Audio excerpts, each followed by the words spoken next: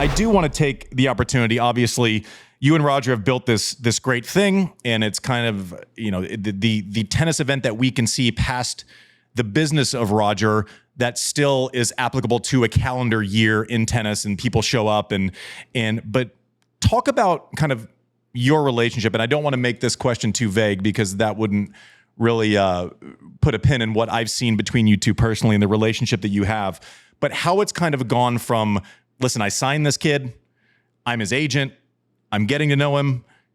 Oh, he's one of the best ever. You know, it's growing. Let's break through to, you know, mainstream where he's the guy on Madison Avenue, as well as maybe that's at 3 or 4 slams, and just talk about kind of the progressions of that relationship that's led to a place where at this point you guys are like, if you broke up now, it'd be a divorce instead of, a summer fling, and just how that's kind of developed over time.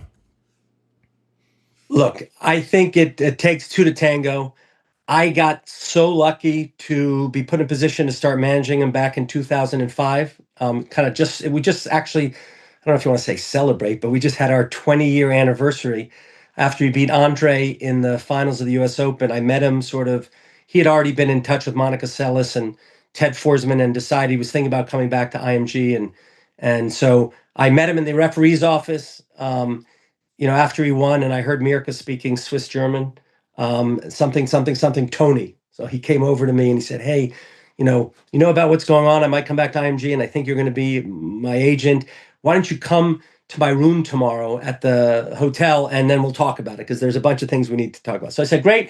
I got to the hotel, got to their room, and the first thing Mirka said to me was, do you want some coffee? And I ordered some cookies and something, for you guys to drink. But if you want a cappuccino, let me know. And right from the beginning, I knew these people are so nice. And so I got really lucky to meet a really nice person who literally was in the finals of every Grand Slam for the first 4 years. Yes, he was really a dick in that time frame to me personally. I can confirm he was in the finals of every Grand Slam at that point. He had. I went to Switzerland. I met his parents, and they were super wonderful. So right away, we sort of just developed a bond, and Mirka was an equal part of it. So, I was sort of in a way, I had a relationship managing sort of the two of them, because she was not only the coach at the time, but also the manager and the press and media person. And she was fully engaged. Her goal was to make sure he got as good as he possibly could. And sort of all the sort of obstacles got out of the way. And so I just bolted on to an existing kind of structure that was pretty well oiled from the tennis standpoint. His father always makes a joke because his dad was doing the appearance fees. Oh, I did such a bad job. And I said, Robbie, when you look back, you did a great job. You did a wonderful job. So I kind of just took over what Robbie was doing, took over what Mirka was doing from the business side, and we were off to the races. But he communicated, Andy, so much. I could get him on the phone all the time. When I went out on the road with him, we'd have dinner every night. He wanted to participate in his business. And I tell you, the secret to his success and to our partnership has been the ability to always get him on the phone, always communicate. He has strong opinions. I have strong opinions. We have got a lot of people around us. I mean, Mary Jo has been sort of along for the ride, and my kids have been along for the ride, and I had a great team around me. I have a great team around me now. And then Roger did as well. So it all kind of worked. He did winning. We had a lot of fun doing it. He wanted to make sure, and it's one of the reasons he stayed as long as he did out on tour, Andy. He wanted to make sure he had a great time out around the world. So he stayed at nice hotels. We always went to nice restaurants. We did cool things outside of tennis, and he always would include me. And so we got to know each other. There have been people think that it's been wonderful. We do this, but it lasts. I think we've had 3 mega fights. Yeah, what does that look like? Tell us about a mega fight. Yeah, he's very strong-willed, very strong. He's got a strong opinion, as do I. Does he yell? He raises his voice. Yeah, see, he thought about that too long. He rolled it. When people look up and to the left, that's so. Yeah, the answer is yes. He yells. You're watching NCIS too No, much. he actually doesn't yell. He holds it inside. He's very pragmatic. He's a great communicator, and so we sort of work the things out. But they're over stupid things. Most of them are not over business. Probably over scheduling or not getting an answer, or him making me wait for a very long time on something that was so easy to answer. But no, he's been a dream to work with. And Andy, he shows up too. Yeah. So if I say to him, listen, I'm trying to make a deal with these people, could you not just join me for a dinner or whatever? And I promise you, with all the contracts that we've done, we never look at the agreement, like how many appearances, whatever. You guys need another appearance? Great. If Roger needed something for his foundation or for an event, we would ask them. They say, great.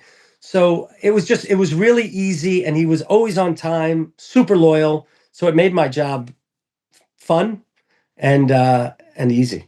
Speak to that though, because like I know in my universe isn't your universe, but in my universe, it's basically, is this predictable, right? Is the person going to show up on time?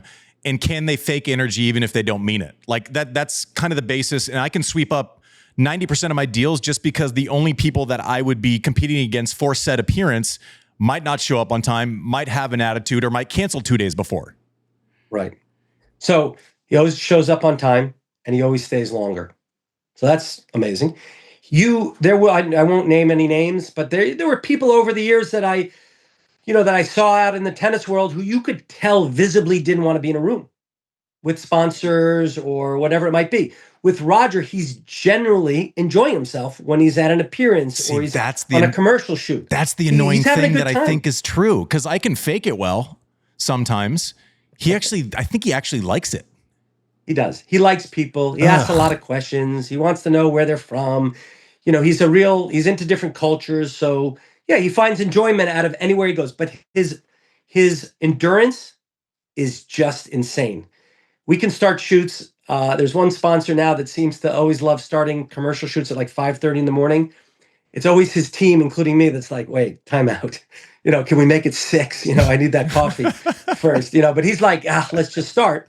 And then they always know, it's sort of the bait and switch. Okay, if we get him earlier, we know he stays longer, so we can actually turn an 8-hour day into a 12-hour day. And then at the end, our team's always a bit disappointed. He's like, guys, what else could we be doing today? We had fun. Whether it's 1 hour or 12 hours, we're in this city. Who cares? That's before he discovered golf. Yeah. Ooh, this is true. That's before he discovered those 4 hours. I'm not just a tennis agent. I'm a golf agent now, Andy. You know that. Yeah, I know. I'm managing a guy who plays golf 4 or 5 hours a day. It's crazy. At the range. I can't sit at the range for that long. I can't. I mean, like, the last thing I want to do is the process of like grinding and being mad at myself for not getting better again ever in my life. Like, that ship has completely sailed. But he never understood why I loved playing golf. In the last 20 years, on weekends and stuff. By the way, working with Roger, there's no such thing as a weekend. Not only was he playing on weekends, he didn't know what a weekend was. So when he wasn't playing and I was maybe at home in that rare opportunity home out on the golf course, and he'd call, why aren't you answering? I finally had to tell him, listen, the golf course is actually my sanctuary, where I go to get away from you and the phone, and so don't bother me. And now he gets it. It took 20 years. Did you, before he knew much about golf, did he think every round was 36 holes for you? Yeah. I don't know. Look, we got a lot of etiquette, a lot of stuff to still teach him. Andy, you and I have a lot of stuff, like putting on a belt. Yeah, really important. I'm definitely the guy for etiquette to check in for Federer. I will tell you though, because you mentioned this stuff, and I know some people are going to be like, yes, that's why we love him, and some people are going to go, yeah, but that's from Tony. Is that real? Like, listen, no one, or I would say very few could have as much motivation to not buy into the ecosystem and the bullshit around Roger, right, than me, right? The guy ruined me for a decade. I'll tell you a very, very specific example of the year that Roger lost to Millman at the US Open, right? And it was earlier than he thought, and he was going to come do a speaking event for my foundation in Austin, Texas, right?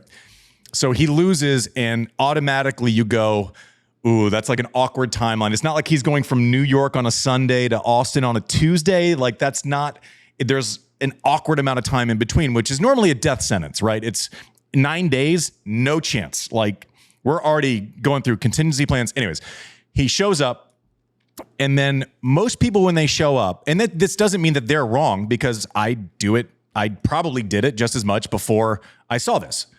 And I always say a measure of someone's social intelligence isn't what they say, but it's the questions they ask, right? So you guys land, walk off, say hello, haven't seen him in a while, catching up, and we're driving into the city from the airport, for whatever the first thing is. And it's not, what time can I get out of here? What are the expectations, which have all been extremely rational questions to ask, right? He goes, all right, so we're here for X amount of time. How can I add the most value to what you do today? I was like, that's an amazingly intelligent thing to ask, right? And it's like, it basically set the tone of like, you name it, tell me this is your crowd, these are your donors, what can we do? And then you guys got delayed leaving for like 4 hours. I remember that night. You were on the way to Laver Cup, I think in Chicago. Maybe I'm wrong about and delayed. Nothing shows up. He's still in a good mood. He's delayed for 3 hours. Like my mind was blown. I felt so bad about myself. Like, but is that regular? Yes, that's regular. Well, no, he doesn't do too many events for people, but for Andy Roddick, he does. And I think he also likes Brooklyn. So I think that that was helpful. And then, no, I mean, you're one of the few people that make him laugh. You're like that first real funny, sarcastic American that he really got to know really well. So he's got a special place in his heart for Andy Roddick, for sure. But yeah, he wants to make sure that if he agrees to something, he's making sure that they're happy, and he helps you do whatever you were doing that night to raise money, and he would do it again. But he's very picky on who he does things with. But I remember that. I remember I was kind of getting antsy because it was our second Laver Cup in Chicago at the United Center, and I was with him. I probably should have been in Chicago because I wanted to come to your event too.